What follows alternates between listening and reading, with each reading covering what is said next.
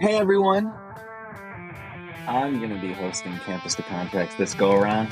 I'm with the actual host, Brendan, and today I want to share with him the answers to everything he wants to know about official visits, unofficial visits, what's going on with these talented high school kids, how do they make decisions on where they want to go to college, what are the rules about official visits, what's going on.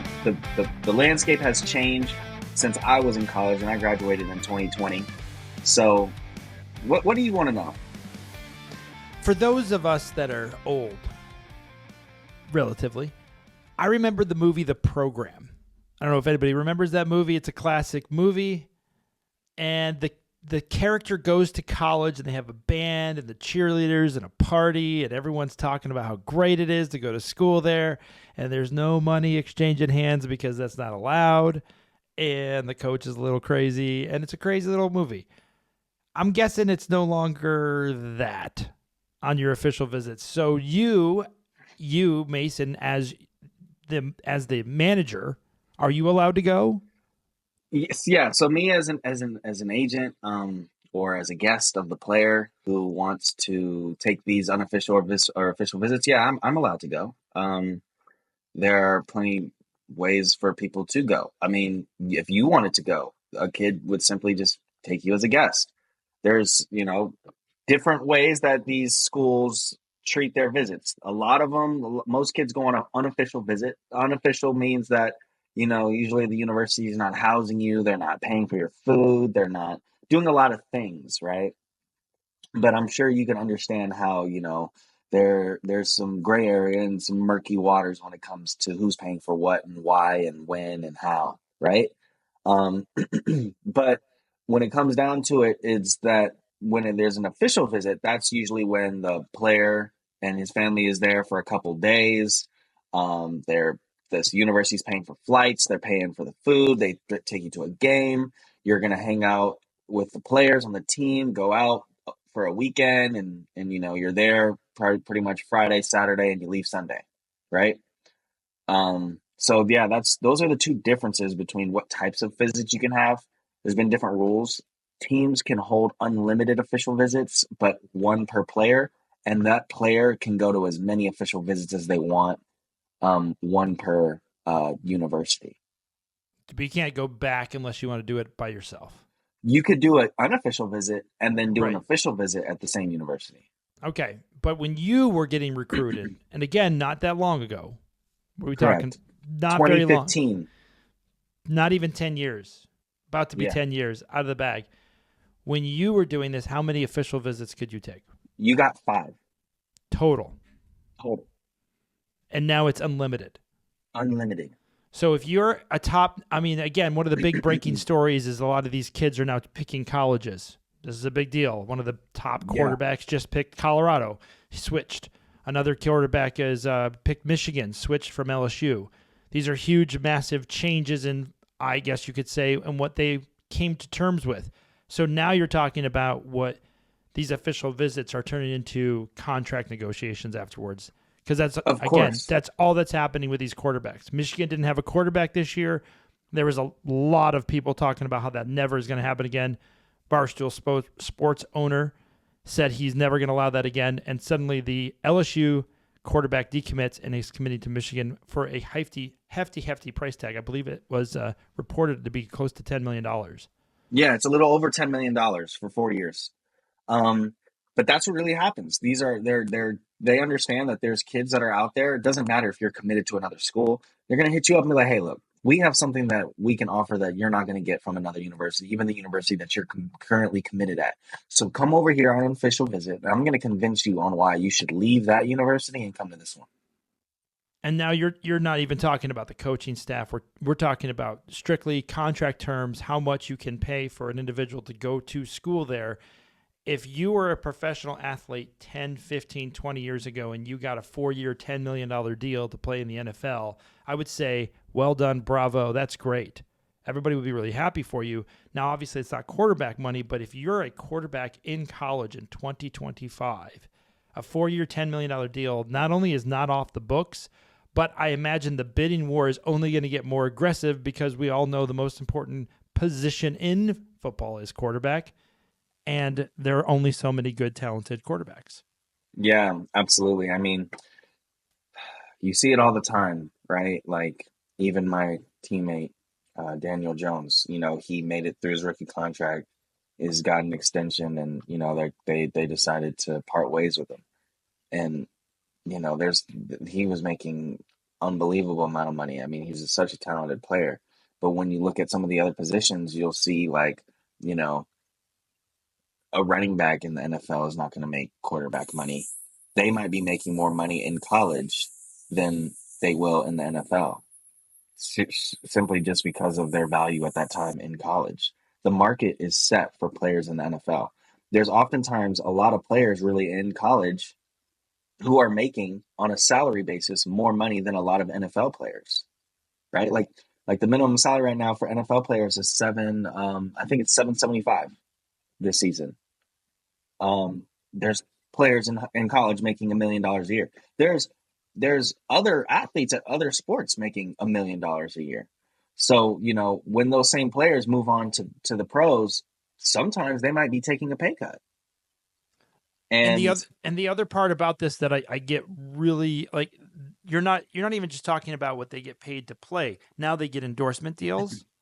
They yeah, get the works. Everything is on the table for them to make money, which it yeah, wasn't before. So even if you go to correct. pros and you're like, oh, well, I'm a pro player, I'm going to get more endorsements. You may be getting great endorsements at the university you're going to. That's another factor in and of itself. If you go to University of Michigan, University of Oregon, what are the endorsement deals? What are the kickers? We all know University of Oregon, what are the biggest kickers is? I can imagine the Nike store is you can get whatever you want.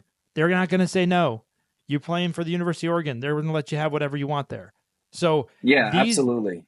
these are areas of life that are so much different than before. So when you're cheering for your favorite college football team and they aren't performing, well, it could be because maybe the money they heard another player is getting way more than what they were hoping to get. So they're feeling a little discouraged in the middle of the season because all these players talk. They aren't secret. They aren't signing contracts and not sharing it. We all live in a new age of communication where it's all instant.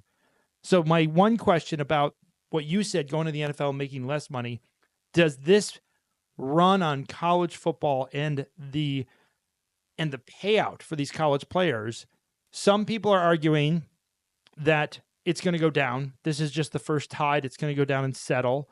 The other argument is that the NFL's got to raise all of their rates to make it better and more attractive to go play in the NFL. So they're not waiting for talent. What are your thoughts? Where do you see this going? Um, well, there's a couple things in the works. Like there's going to be a revenue share situation in college football that's going to pretty much give everyone a minimum of about $20 million so that you can kind of compete. The smaller schools and the bigger schools can sort of kind of compete with each other. But as far as the NFL raising their salary cap, it raises every single year. So I don't really think that you're going to see a substantial jump just one of these years that come up, maybe in the next CBA negotiation, which I'm not sure when this current CBA expires. But when it does, then we might see a major jump in salary, especially because most of those players at that time are probably going to be in these college programs that are getting paid $500,000 or more, right? So you're going to see the money just, kind of still create a market for itself. You're going to see players do certain things. But, as long as we see schools like Michigan giving a quarterback $10 million to decommit from his school and go to another one, it's just going to be the highest bidder at this point. Because as soon as you get to that point, that quarterback is going to play because that's too much money to give a player and not play them. So you are going to have a specific plan for him, or he's going to just be playing right away. So that's kind of when you get to the point of these super high bids as an agent, that's what you're pretty much looking at. You're like, okay, we're getting to a point where these bids are so high, no matter where we go, we're going to play. We're going to be the starter. We're going to be the man. So what universities have the best scheme that fits this certain player? What university is going to give us the best chance to go where we need to go, which is the NFL? What are the tools around this player that we're walking into? It's going to be just like NFL professional football free agency. It's going to be just the same. You might get a little bit more money over there, but this situation's a little bit better. So you might take a small little cut. But at the end of the And I day, This is free agency twice a year. Winter portal, spring portal. You could take official visits and unofficial visits as a person in the portal. So like the visits thing doesn't go away. You can go back to the same schools you visited while you were in high school now as a college player in the transfer portal. So your visits all reset. You can go on as many visits as you need. It's going to be a quick process. Most of the time, these coaches see who's putting their name in the portal, and they're going to kind of have their own little hot list of guys that they want to attack and go after as soon as the portal opens, which the next portal opens in about a week, I believe.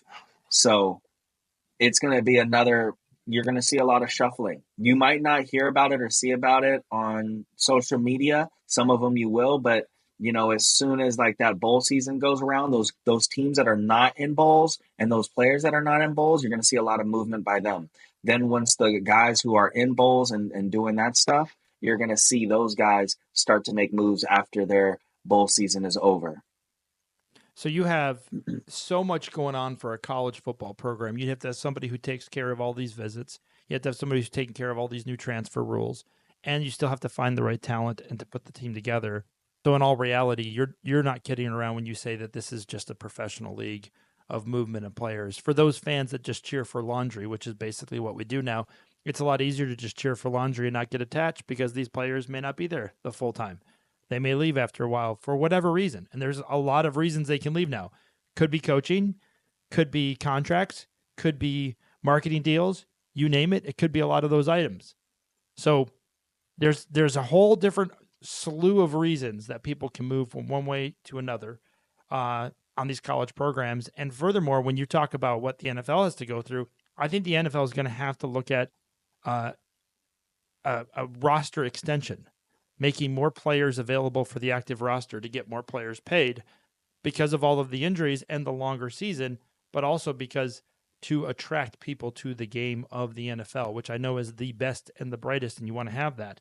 But it is making more and more sense to have a larger roster, especially on game day, for these NFL teams. Absolutely. And, as time goes on, the unofficials and official visits are going to get, even play a even bigger part of what these kids do and the decisions that they make. You're already seeing some teams that have a very good system when it comes to their unofficial visits and official visits when it comes to recruiting the highest talent in the country. You're going to see how they evolve and how they kind of categorize an official visit of a player between a transfer portal player, where he's coming from, whether it's a Power Five school, Group of Five school, junior college, and then high school kids. So you're going to see a shift in the amount of kids that they bring into their program year in and year out. So sometimes it might not be the same 20 freshmen that they bring in every year. It might be 5 freshmen from high school that they bring in. Then they'll bring in another 10 transfer kids. Some schools are going to work that way. Some schools are going to work different ways. So you're going to see a lot of schools start to find their niche when it comes to off seasons and transfer portal seasons and recruiting.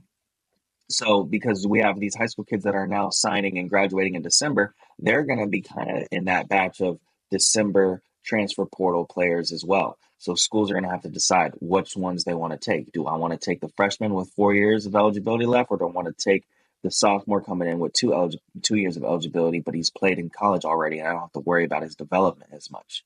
So you're going to see schools and coaches and universities decide what they want to do and how they want to allocate that money, that NIL fund, to the players and which players they want to bring in. So, these unofficials and official visits, guys, they're going to be very crucial in how these universities scope and scout and recruit these players because honestly, it is a business now. So, like we've said before in other episodes, it's not so much about the tradition, it's not so much about the academics or the alumni. It's about what can we get done on this football field immediately. And kids are understanding that they have now a value. They have worth, and they're commodities, just like how NFL players are commodities. So they need to understand and have teams around them and support, whether it's an agent, marketing agent, NIL agent, attorney, whatever the case is.